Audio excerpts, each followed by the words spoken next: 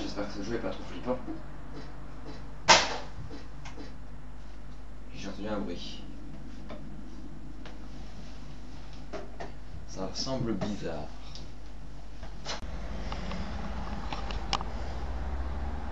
Mais qu'est-ce qu'il fait là, le jeu là?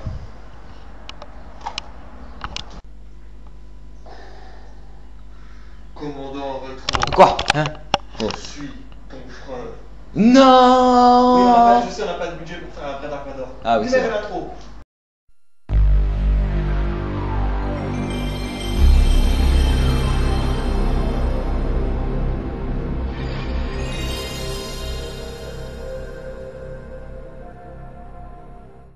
Salut tout le monde, c'est Commandant Rétro. Et soldat Nintendo. Et aujourd'hui, on se retrouve pour le deuxième épisode de Rétro Discussion.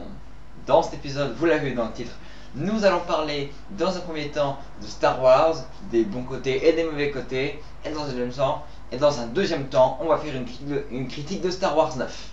Voilà. Donc vous connaissez tous Star Wars, cette galaxie lointaine, très lointaine, qui nous a tous Fait rêver pendant. voilà, fait rêver pendant des années, hein, bien sûr. Pendant Donc, presque 40 ans. Parce que 40 ans. le Star War ça a commencé en 1977 à peu près. voilà, avec le premier Star Wars, du coup ça s'appelait la Guerre des Étoiles, hein, et C'était la guerre des étoiles, c'est tout. Après c'est devenu c'est Star Wars. à partir de Star Wars 6 je crois, parce qu'il était pas censé y avoir de suite, mais les fans demandaient une suite, donc il y a eu une suite, et c'est à partir je crois de Star Wars 6 que le premier s'est appelé Star Wars Un nouvel espoir. Nouvel Espoir. Et après c'est à la fin des années 90 quand la prélogie a été annoncée que c'est devenu Star Wars épisode 4, la menace Voilà.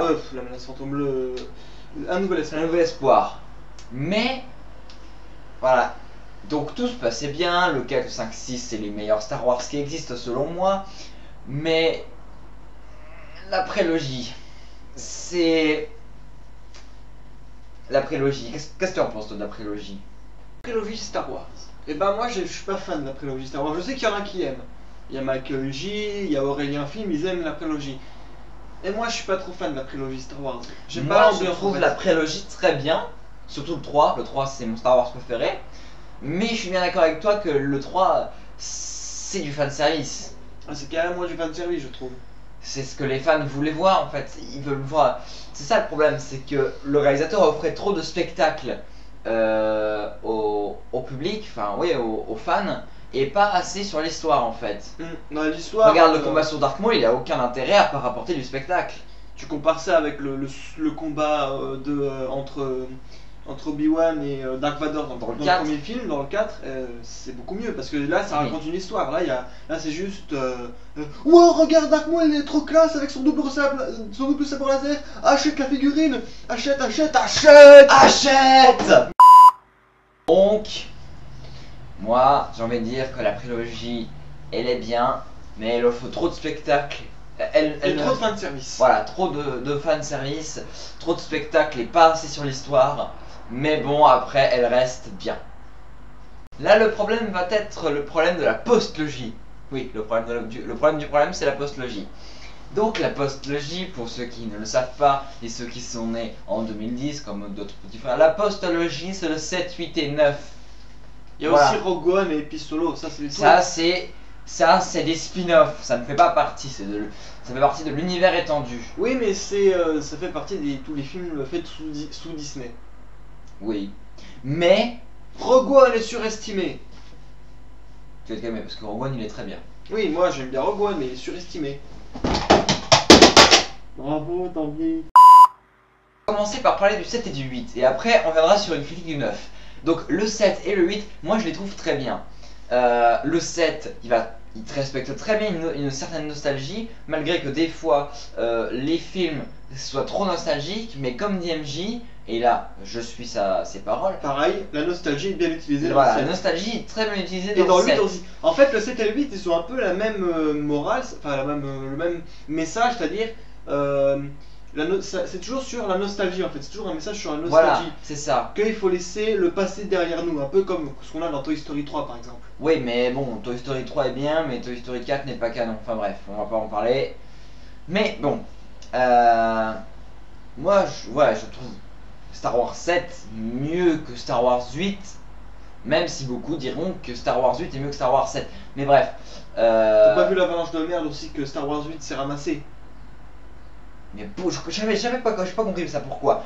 Attends, Star Wars 8, tout le monde l'attendait. Oui, mais parce que les fans. Star Wars Le 7. truc, c'est que les fans, il l'explique MJ dans ces fermés-là, c'est que les fanboys, ils ont le pouvoir. En fait, les fanboys ont le pouvoir. Les fanboys aujourd'hui, grâce à Internet, ils ont le pouvoir de changer un film. Il suffit qu'une bande-annonce de la suite ou d'un reboot ou d'un remake de leur film préféré change et que qu'on voit dans cette bande-annonce qu'ils changent des trucs, les fans vont automatiquement, enfin les fanboys vont automatiquement s'approprier le film. En fait, dès qu'une personne est fan, mais vraiment fan, un fan hardcore d'un film, il va s'approprier le film. Si bien que tous les autres films doivent se conformer à la vision du fan. Et c'est ça le problème, c'est ça un peu le gros problème d'Internet et des communautés de fans. Et c'est ça qu'il y a eu avec Star Wars 8. Le film et les directions du réalisateur n'allaient pas dans la direction des fans. C'est-à-dire, les fans, c'était pas la vision des fans. Mais c'est normal, quand on va au cinéma, on va voir la vision d'un réalisateur et non notre vision d'une licence. C'est vrai, mais ah ouais, après, c'est ça le problème aujourd'hui. Et je comprends pourquoi est-ce qu'ils ont demandé à décanoniser Star Wars 8. On vous met en lien la chaîne de Fermez-la pour que vous compreniez mieux ce qu'on veut dire. Voilà. On va maintenant faire une critique de Star Wars 9. Donc, Star Wars 9, je vous le dis tout de suite, je l'ai pas aimé du tout. Je l'ai trouvé trop... Comme dans le 7 et dans le 8, le 7 et 8 je les ai beaucoup aimés, mais le 9 non, je les ai pas aimés parce que ça va trop comme dans la prélogie quoi, avec il y a trop de spectacles et pas assez d'histoire. Je trouve que le fait que déjà de faire revenir l'empereur, faire revenir Palpatine, ils auraient peut-être dû plus le mettre en avant s'il le ferait revenir, parce qu'honnêtement tu le vois une fois au début du film, une fois à la fin du film, je veux dire parce que ce que ça veut dire, c'est que l'empereur, dans le Star Wars 6, quand ils l'ont tué, enfin quand Dark Vador l'a tué, ça veut dire qu'ils ont peut-être pas tué le vrai empereur, ils ont juste tué un clone.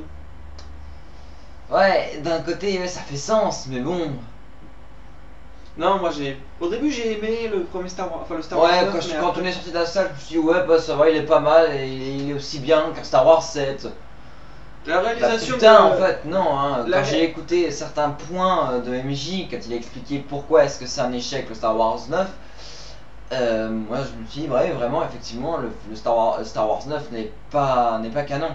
Donc vraiment, si vous voulez savoir un petit peu plus sur pourquoi est-ce que Star Wars 9 est un échec, eh ben, allez voir la vidéo, le mois Star Wars 3, la 4ème vidéo du mois Star Wars 3 de MJ Prise 1, de la chaîne Fermez-la. Voilà.